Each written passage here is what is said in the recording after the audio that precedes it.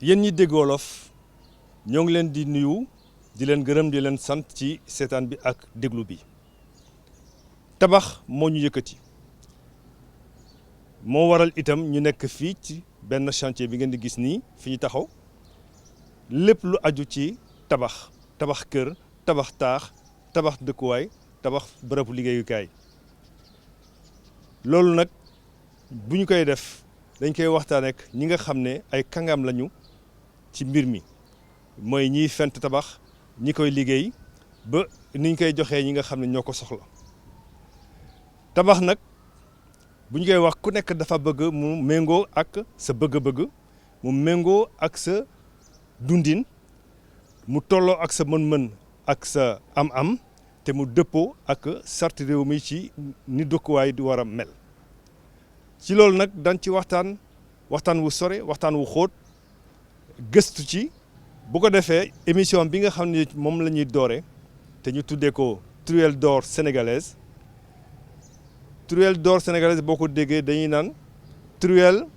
mooy jumtukaay maçon truelle wurus nag truelle wurus du defar dara loo xam ne lu mucc ayib du lu dëgër du lu rafet du lu taaru kon nag loolu lañ ci namm bu ko defee nag émission bu njëkk bi dañ ci teeru ku ñuy wax Mouhamadou Nabi Kane moom moo jiite école bi nga xam ne moom mooy jàngale képp koy gëstu di xalaat wala di defar pour tabax ak bépp tabax bu mu doon daañu ko seeti mu waxtaan ak moom ci lépp lu aju ci mbiri moomu la daañu waxtaan itam ak benn chef d'entreprise bâtiment moom mu wax ñu lépp lu aju ci wareefu ak liggéeyu chef d'entreprise bâtiment bu ñu ci jógee daañu waxtaan ak maçon mu won ñu wax ñu naka la maçon war a mel ak naka lay liggéeyee ak liggéey bi lu mu war a jur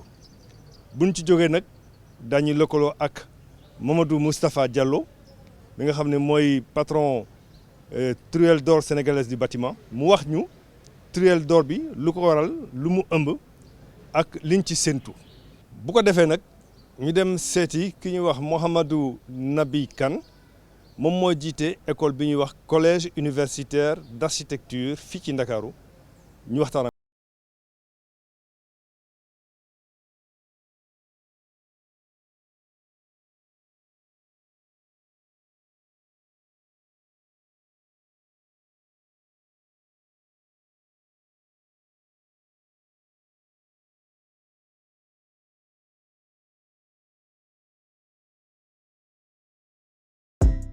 yëgsi nañ nag ci sëriñ bi Mouhamadou Nabi Kane di directeur collège universitaire d'architecture bu Ndakaaru sëriñ Kane maa ngi lay nuyu. maa ngi lay sant. yow da nga di architecte. ba noppi nekk njiitu école bi ñuy wax collège universitaire d'architecture de Dakar. tout à fait. fa la ñuy jàngalee ñi nga xam ni seen xam-xam dafa war a màcc ci lépp lu aju ci tabax maanaam tabax ci la bokk ak yeneen ak yeneen. dëgg la jàngalekat nga donc. architecte nga. te am na liggéey yu bare yoo xam ne def nga ko ci mbir mi. ci Sénégal. ci Afrique. ak bitim réew. am na gëstu yu bare yoo xam ne nit ñi xam nañ ko ci yow. ci mbir moomu le bu ñu ñëwee ci gëstu yooyu. ci lañ lay soxla yow. pour nga wax ñu tey jii bu ñu la laajoon boo xoolee biir Ndakaaru xool Sénégal surtout système Ndakaaru gi ak jamono nu mu doxee tabax noo ko gisee yow. voilà merci Diakité maa ngi tamit remercier ITV si solo bi mu am pour ñëw seet si ay professionnels surtout pour nu wax ci li nu xam loolu yaakaar naa ne lu am njëriñ la. dëgg la bu ñu xoolee bu baax mbiru tabax en général Sénégal mën nañu ko def ci pàcc yu bare mën nañu xool jamono ji nga xamante ne xëy na bu ñu jëlee exemple ci Dakar ak yenn ville ak yenn dëkk yu mag yi mën nañu xool ni mën na am 3 phases benn phase bi mooy phase on peut dire ci biir colonisation bi beneen phase bi mooy phase bi ñu amee indépendance tout juste troisième phase bi nag mooy la phase actuelle on peut dire période bii ñu toll bu ñu xoolee bu baax dëkkuwaay yu jëkk yi ci période mën naa ni coloniale bi parce que dëkk yooyu presque mën naa ni colon yi noo leen créé ci période coloniale bi mën nañu xool ba léegi biir Dakar yaakaar naa ni lu problème bare lu néew la ciy am biir Ndar it digg Ndar fi ñuy wax Ndar tamit problème yi lu néew la ciy am mën na tamit mu nekk Tëngéej wala leneen mais bu ñu xoolee boo jógee ci biir dëkk yooyu nga xamante ni xëy na colon yi leen defoon nga ñëw ci tout juste après indépendance muy côté Sicap yi HLM yi yooyu tamit xool nañ ni problème yi tamit xaw na néew par rapport ak nag li ñuy wax établissement fi dëkkuwaayu nit ñi jamono jii nu toll mooy peut-être des années 90 ba léegi yaakaar naa problème yi foofu la gën a mag loolu nag daf ñuy interpeller ñun ñi population yi d'abord ak professionnels yi ci lu bare mooy lu tax mbir yi doxul lu tax nu am problème te yaakaar naa ne loolu càmbar la bu nga xamante ne càmbar bu war a rëy la pour nu mën a gëstu lu tax problème yi fii néew fi même su fekkee sax xëy na am na ci ndaxte changement war na am ndax dëkk day dox waaye xool na ni ba léegi sax malgré tout problème yi foofu la gën a néewee. waaw danañ ñëwaat ci problème yooyu. mais laata ñu egg ci loolu dama bëgg nga wax ñu d'abord xar kanamu tabax yi nu mu soppeekoo comme ni nga ko waxee ñetti xaaj la xaaju temps tubaab yi temps indépendance ak jamono mi nekk. xar kanamu taax yi noo ko gisee. waaw jamono tubaab bi comme ni nga ko waxee tubaab bi xëy na lu bare ci mbiru tabax ak règlement moo ko indi Sénégal ba nga xamante ni tabax dafa war am yoon bu nga xamante ni tubaab bi xëy na bi muy dem ak loi yu bare ci après indépendance bi loolu lépp taxawal nañ ko après indépendance bi tamit loolu lépp doxal nañ ko mooy règlement yi parce que lu may toujours wax mooy Sénégal bu fekkee day xool règlement rek yaakaar naa ni dëkk yi amul benn dëkk bu nga xamante ne xëy na mën nañu wax ni moo nu gën a baax règlement mais nag applicabilité bi jamono ji ñu toll moom moo posé problème jusqu'à indépendance ba dans les années je dirais 80 il y avait benn application bu nga xamante ni moo doon permettre quand même nu gérer dëkk yi dëkkuwaay gérer architecture bi gérer urbanisation bi mais nu xool ni depuis après les années 80 que vraiment problème yi di gën a grave alors que les règlements et les lois sont les mêmes ils sont là donc nu mën a xool nag xëy na mën a càmbar lan moo waral loolu lan moo waral problème bi nga xamante ni maîtriser woon nañu ko benn jamono et que léegi actuellement ni ça semble bu nga xamante ni kenn mëntu ko maîtriser parce que dëkkuwaay yaa ngi gën a sore nit ñaa ngi gën a dem nit ñaa ngi gën a bare parce que tamit bu ñu xoolee dëkk yu mel ne Dakar comme ni ñu koy waxee mu ngi occupé même pas 5 pour 1000 0,20 et quelques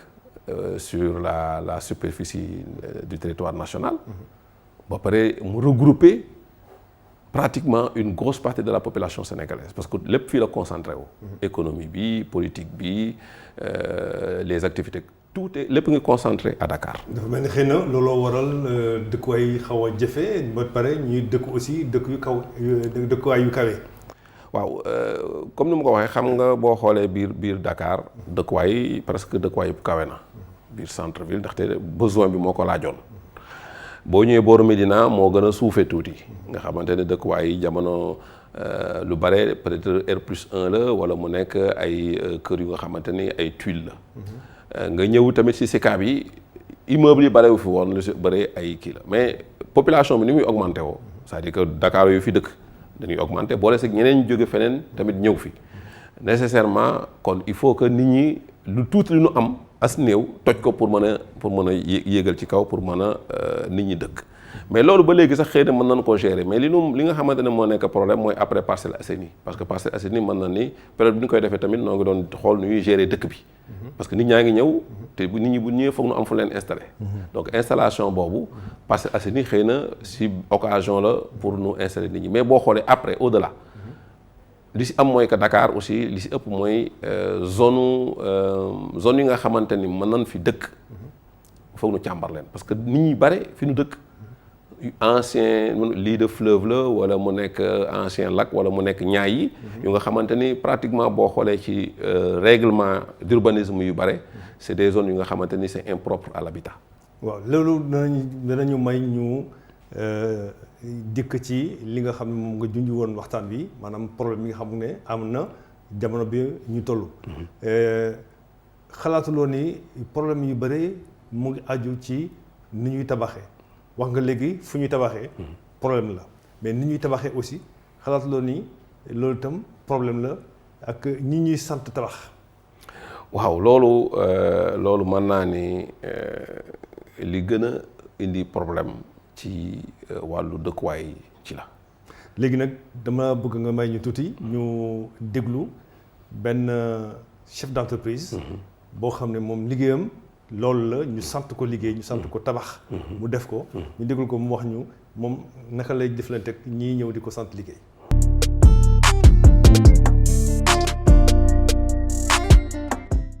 man sama liggéey c'est la partie exécution da ngay am client soit mu soxla bâtiment à usage d'habitation wala mu soxla bâtiment à usage commercial disons usage de bureau ou parfois même usage mixte bon soit mu am ay plan déjà wala yow nga war a def conception bi ngeen waxtaan ci ba juboo et puis nga tabaxal ko. c'est-à-dire que exécution bi comme ni ma ko waxee sànq mun na précéder d'une phase conception bu boobaa suñu ay propre ingénieur ñooy def toute la partie calcul du béton et tout ça parfois même par contre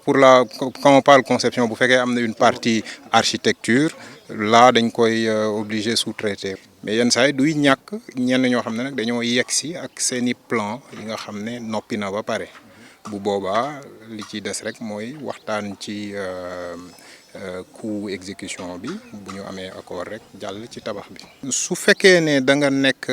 ki nga xam ne yaa concevoir lépp ba pare di ko exécuter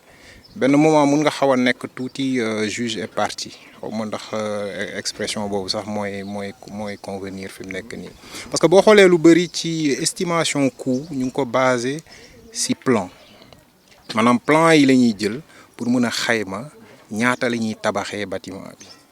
bu fekkee ne nag yow lañ dénk tabax bi nga war a waxaaleeg borom ba pare fekk tam yow yaa defar plan ya maanaam bu boobaa bu dee en tout cas ci kiy joxe lu donneur d'ordre mun na am benn instant lu tey xelam tuuti à moins que mu am beneen partie koo xam ne mooy contrôler lépp loolu tam mën na ne mais boo xoolee li ëpp nit ñi dañuy defarlu ba pare plan après nag wër ku leen defaral ñi nga xam ne nag ñu ngi ci benn niveau professionnel bu gën a élevé gën a xam nu mu demee yenn saa ñu confier la lépp parce que dinañu am des moyens ay jumtukaay yu ñu mun a contrôler lépp boobaa problème du am ñun tamit dañ koy nangu parce que bëgg nañ ñi nga xam ne dañ leen di liggéeyal seen xel dal ci li ñuy def soo ñu andilee plan nag dëgg la naam dinañ ko nangu mais day fekk plan boo xam ne dinañ ko càmbaraat parce que boo amee ci biir yenn lënc du ñu mun a engager suñu responsabilité di ko exécuter noonu dañ koy càmbaraat ba mu leer ñu ne plan bi jaar na yoon ñu soog a non seulement jaar na yoon ci wàllu yoon su ma mënee wax parce que tam bâtiment dafa am ay yu ko tënk ci wàllu yoon bu ñu gëstoo ba mu leer ñu ne ci wàllu yoon plan bi reste charte réew yi quoi. voilà charte yi réew mi tëral ci mbirum tabax. exactement wax kay loolu la sax bu ñu weesoo wàll boobu ñu dem nag ci benn wàll technique bu ñu xoolee tam càmbar ba mu leer ñu ne techniquement parlant plan bi respecté na li mu war a respecté yëpp bu boobaa rien ne s'oppose à ce que ñu exécuter ko.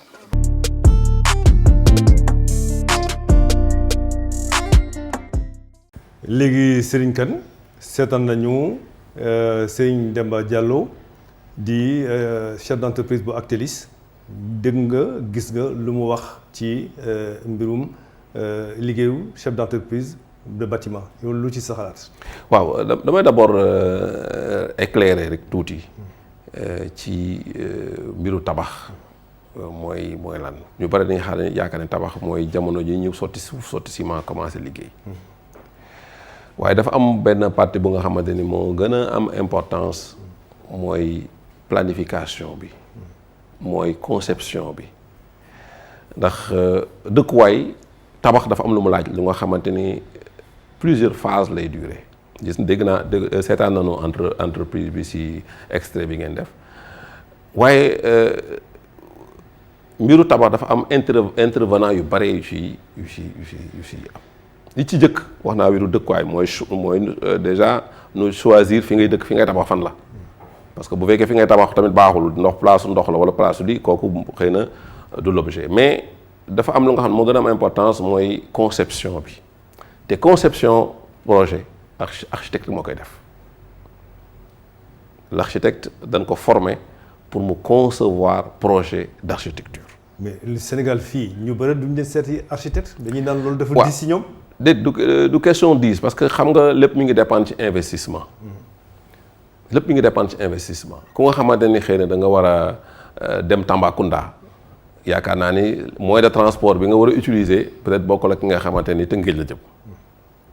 lépp dafa am lu nga xamante daf ko laaj ndax investissement boo koy def yenn investissement yi laaj na tamit nga wut professionnel yu nga xamante noo lay accompagner te mbir mi du question mbiru diis parce que fa muy diisee mooy nga def dara ba pare te yow mënutoo fa dëkk wala nga def nga investir 20 millions 30 millions ba pare nga rendre compte ni li nga investir 30 millions nii naqaru àdduna la sa dund yëpp bu boobaa seeraay bi dana weesu loolu li si am important mooy que dëkkuwaay dañ koy saytu architecte bi rôle am mooy mu planifier mu concevoir xool yow sa dëkkuwaay fi ngay bâtiment bi bala nu koy tabax li mu laaj ci terme éclairage ci terme leeraay ndaxte même jant buy dugg ci biir néeg sax microbe yi muy rey ñi nga xamante ni néeg bu nga xamante ni jant du fa dugg. day baax ci wér-gu-yaram. day baax ci par exemple am na yenn maladie comme tuberculose li koy gën a joxe mooy di fanaan ci néeg yu nga xamante ni amul jant bi du fa dugg. aération bi dafa am solo orientation bâtiment bi dafa am solo waxuma ko rafetaay bi de kooku xëy na bànneexu nit la waaye li nga xamante ni moo gën a am solo ci bâtiment bi mooy nu ventiler ko. nu éclairer ko éclairage bi nga xam ne parce que li gën a jafeñ mooy que nga dugg sa néeg taal lampe booy génn fay booy dugg taal lampe te nga xool ni jantu yàlla bi mi ngi ci biti loolu dafa nekk lu nga xamante ni kuu la ki koy def nag il faut que nécessairement nu xam ni kii dañu ko amoon lu ñu ko war a defal kooku ici liggéeyam yemul foofu ndaxte bu la defaree projet bi ba pare plan bi ba pare moom moo chargé nag topp plan bi ba jox la say caabi du comme ni entrepreneur bi wax damay jël plan moom sax wax na ko ci biir wax bi ni moom day am problème yenn saa yi pour être juge et partie parce que mënoo defar plan proposer devis tabax loolu xel nungu ko trop donc il faut mu am ku nga xamante ne xëy na moom moo lay jox plan taxaw na le nga def devis mu vérifier ko taxaw na le ba pare contrôler li ngay liggéey est-ce que jaadu na par rapport ak plan bi mu la joxoon. ñu ñëw ci dëgëraay bi nag seetlu nañ ni aussi am na taax yu bëri ñoo xam ne ni nga ko wax nga ko sax léegi. dañuy gaaw a daan tabax yi léegi daanaka ñu bëri du ñu yàggee comme ni tabax yi temps colon daan yàggee lu waral loolu. waaw xam nga bâtiment boo xoolee boo demee ville Dakar fu mel ne Dakar bâtiment yi fa nekk pratiquement on dit noo ngi wax ay bâtiment yu nga xam ëpp na 100 ans te boo ci dóor marteau ouvrier bu dañuy am problème sax pour toj ko ñoom seen bopp. liggéeyu léegi boo amee trouelle sax boo dóoree mu toj lan moo ko waral li ko waral mooy que. Sénégalais léegi dafa mel na lépp daal ku nekk yemoo sa xam-xam da ngay gis ku nga xamante ni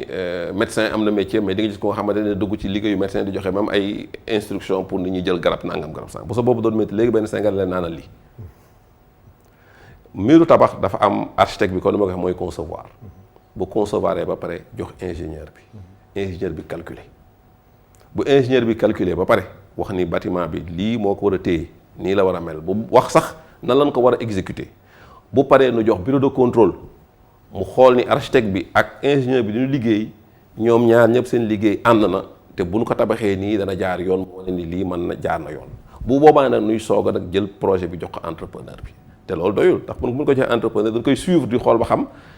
béton bi mu war a mélanger est-ce que mi ngi koy mélanger ni ñu ko soxloo est-ce que fer bi mi ngi koy defar ni ñu ko soxloo et cetera ba liggéey bi jeex loolu nag pratiquement moo amatul ci liggéey yu bari yu ñuy def. waaw mais lii ngay wax nii. est-ce que loolu ñu bëri xalaatuñu ni loolu nguur rek moo ko mën a def. wala borom barke yi ñoo ko mën def wala entreprise ñoo ko mën def waaye nit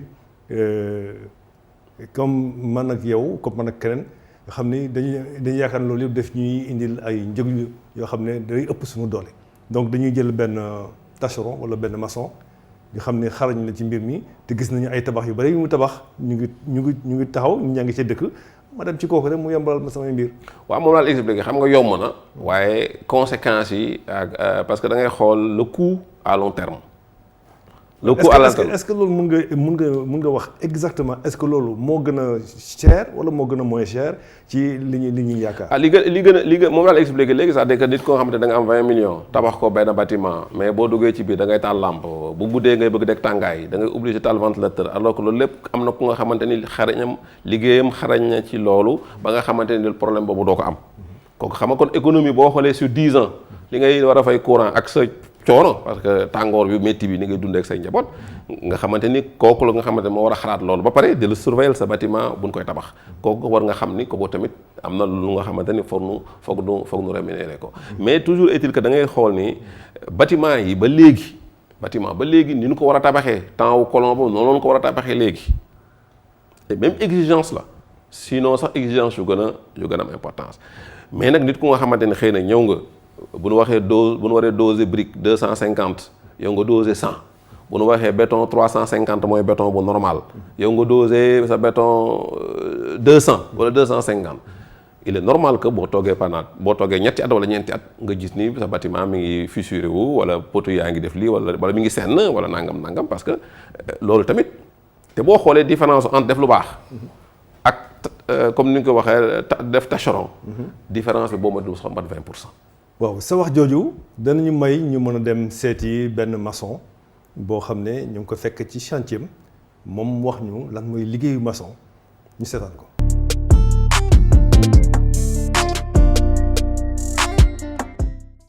pour commencer balaa ngay nekk maçon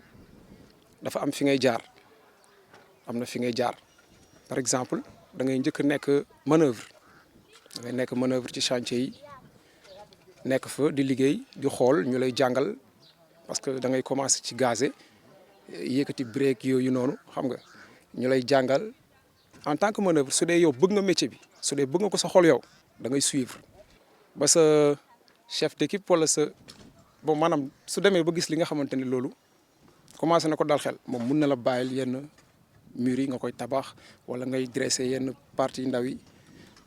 noonu quoi bon léegi su may liggéey. damay njëkk soxla turel damay soxla fil à plomb wala niveau ok damay soxla corde parce que soo xoolee après su ma tegee sama brique maanaam su ma amee sama ciment ak sama brique sama lépp gaz ko ba mu normal su ma tegee sama brique li may njëkk def mooy xool sama plomb ndax am naa plomb brique bi am na plomb xoolaat beneen côté bi ndax am na plomb su ma paree ci loolu noonu ma door a takk sama corde defar brique yi ba mu normal ma vérifié waat xool ndax plomb bi déplombé wul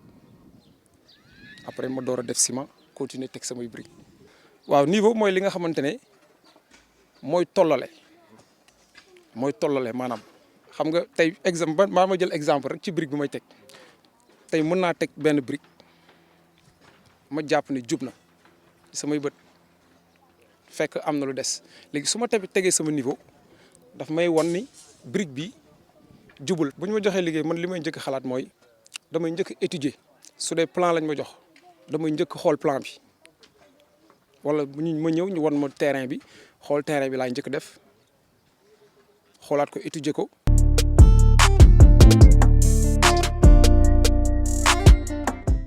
léegi Serigne Kane seetaan nañu maçon bi. ci chantier mu expliqué lan mooy. mu wax ñu lan mooy liggéeyu maçon ak nu muy demee ak lan mooy maçon. yow lu ci sa xalaat. waaw Sénégal comme ni ma la ko expliqué bu njëkk rek bu nu mosaan liggéey boo mosaan soxla maçon da ngay dem fu ñuy wax travaux publics. bu njëkk boobu mosaan soxla maçon da nga koy laaj certificat mu génneel la wax la catégorie. nangam si catégorie boobu di nga xam maçon bi lu mu mën ak du mënul entrepreneur yi aussi dañu amoon catégorie nga xamante ni kii lii la man kii la man kii lii la man mais tey jii nii kenn ngay wax ni ko ana sa catégorie mu génneel la ko ci maçon yi wala ci entrepreneur yu bare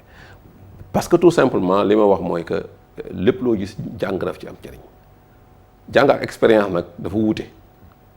jàng ak expérience dafa wuute maçon mu nga xamante ne nekk nga ci chantier parce que sa papa maçon la woon après nga jàng ko kooku am nga expérience ci leena mais jàng bi moo ëpp njariñ parce que maçon yu bari di nekk ci chantier moom mënul lire plan xam nga tamit defar plan béton armé defar plan architecture ba pare ñëw ci chantier jox ko ki fa ne te mënu ko lire doo dafa poser problème techniquement mënul suivre discussion yu ñuy wax dafa poser problème. donc li nga bëgg wax léegi dafa mel ni kon même maçon dafa am fu ñu ko war a jàngal. loolu école la wala ci biir métier bi lañ ko war a jàngal. waaw xam nga sunu chambre de métier dañ doon dox bu baax bu njëkk moom laa la expliqué au départ am na structure yëpp yi nga xamante ni war na dox normalement Sénégal mais dafa am yu nga xamante ne dem benn jamono bu nga xamante ne dañu commencé perdre doole mais li si gën a am solo mooy que chambre de métier lu tax nu créé kon bu njëkk am na lu taxoon travaux publics lu taxoon nu créé ko woon am na lu tax loolu lépp da doon permettre nu accompagner pour nit ñi liggéey yu nga xamante ne dana mucc ayib. mais boo xoolee fi ñu toll nii comme ni ko Moussa waxee dama nekk manœuvre parce que yàgg ma nekk mais manœuvre la mënoo tëb nga benn jour nga ni damay jógee manœuvre léegi maçon la parce que dañ ko war a jàng du expérience bu nga xam ne koy acquérir si chantier bi mais lu nga xam ne da nga ko war a jàng la loolu nag moom moo posé beaucoup problème ci sunu dëkk muy Sénégal nga xamante ni léegi maçon bi ci boppam boo ni ko woon mélangé ma 250 kilos par mètre cube xamul mooy lan. kon nag ñu mën a xam ni ci bu ñu xoolee li nga wax bu ñu dégloo li nga wax léegi moo di ku bëgg a tabax en général ñoom dañuy daal di dem adressé ci benn maçon pour mu tabaxal leen nekkate yow maçon mooy ki mujjee ci ki war a lijjanti mbirum tabax mu ngi tàmbalee ci architecte dem ci ingénieur dem ci yeneen ak yeneen balaa muy egsi si maçon bi loolu nag lu xaw a doy waar la noo ñu mën a fexe ba nan la ñu mën a fexe ba nit ñi nangu loolu di ko jëfee. waaw le maçon moom c'est un exécutant un bon maçon c'est presque je peux dire un militaire de l'infanterie on lui dit tire ici il tire voilà mais warul même naan man maay xalaat plan nu muy demee ak nu mu dul demee moom kooku du liggéeyam parce que de toute façon li mu xam rek lay def ku nekk li nga xam ngay def donc noonu éviter bu fekkee par exemple mën na ne nu bañ a ñëw comme li entrepreneur bi wax ni moom dana concevoir même parce que ku nekk na nga def ku nekk rek boo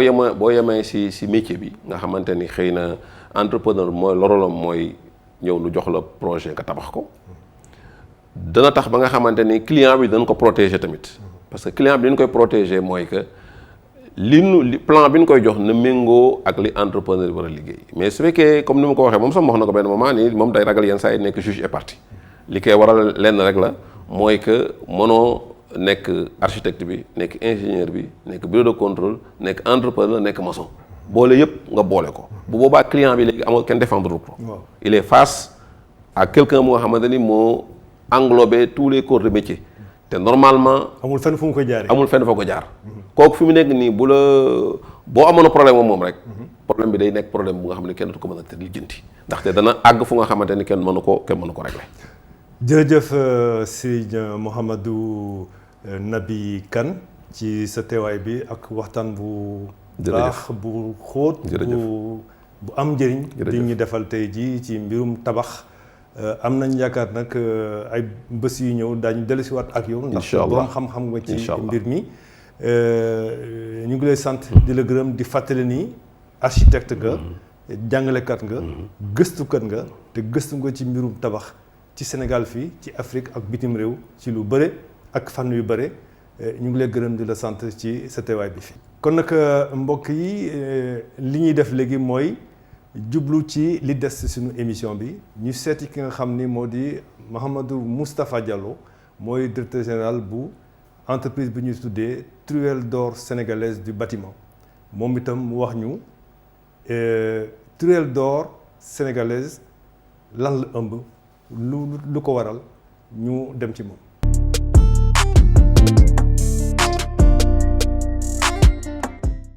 jërëjëf monsieur Diakité maa ngi lay remercier di la gërëm di remercier sama partenaire principal mooy le groupe E-Media avec à sa tête monsieur Mamadou Ibra Kane di ko nuyu tamit nuyu bu am commencement te amul fin Truelle d'or sénégalaise dafa nekk benn concept bu bees si benn contexte bu bees te remarqué nañu fii Sénégal nit ñi ngi tabax fu nekk te tabax yooyu dañoo méngoo ak jamono tey. bâtiment yooyu ay nit ñoo koy tabax ay nit ñoo koy xalaat te ñoom ñoo koy réaliser. Truelle d'or sénégalaise benn concours la. concours buy sargal les acteurs du bâtiment ñi nga xam ni ñoom ñi ngi def liggéey bu rafet ci dëkk bi ñi ngi participer ci développement économique de ce pays ñooñu pour la plupart kenn xamu leen donc moo tax ñun ñu xalaat pour que ñooñu ñu sargal leen di leen delloo njukkal à travers concours Truelle d'or. concours bi da ngay gagner benn trophée ak yeneen prix mais trophée majeur bi mooy truelle en or maanaam truelle urus te kii gis urus xam dafa taaru dafa rafet te dafa dëgër ñëpp bëgg nañ ko. li tax ñu choisir ko parce que moom outil de base la bi nga xam ne ouvrier yu bëri dinañ ko utiliser ci domaine bi ci seen liggéey donc Truelle d'or bu ñu ko xalaatee dem nañ ñu gis ay kilifa ci dëkk bi ñooñu alhamdulilah ñu ngi liggéey ak ñoom. en l'occurrence suñu tutelle monsieur Abdou Karim Fofana qui nous a reçu il y a un an le 25 juin 2019 bu ñu ko présenté il a vraiment apprécié l'idée il nous a félicité aussi après bon daf ñu mettre en rapport ak ses services techniques je vais citer ici madame Diallo Kati moom moo yor suñu dossier foofu daje nañu tamit ak le directeur général de l'agence de gestion du patrimoine bâti kooku tamit on lui a présenté le projet mu accepté projet bi te mu adhéré projet bi kilifa yi bëri ñoom tamit approuvé nañu idée bi comme le président du conseil de l'ordre des architectes monsieur Carvalho maa ngi koy nuyu comme monsieur Issa Diouf mooy président ASIAS l'association sénégalaise des bureaux de contrôle et d'inspection agréés n'est-ce pas ak yeneen kàngam yeneen chef d'entreprise pour mettre en place n'est-ce pas sinon réaliser concours bi et suñu paree suñu liggéey yëpp bu soobee yàlla dinañ ko mun lancer et si benn soirée de gala dinañ remettre prix yi du Truelle kese mooy prix majeur trophée majeur bi am na yeneen prix yuy sargal la créativité buy sargal l'originalité buy sargal surtout la qualité acteurs yi yëpp nag ils seront tous invités incha allah même les plus hautes autorités n'est-ce pas bëgg nañ ñoom ñëpp ñu dugg seen loxo ci concours bi.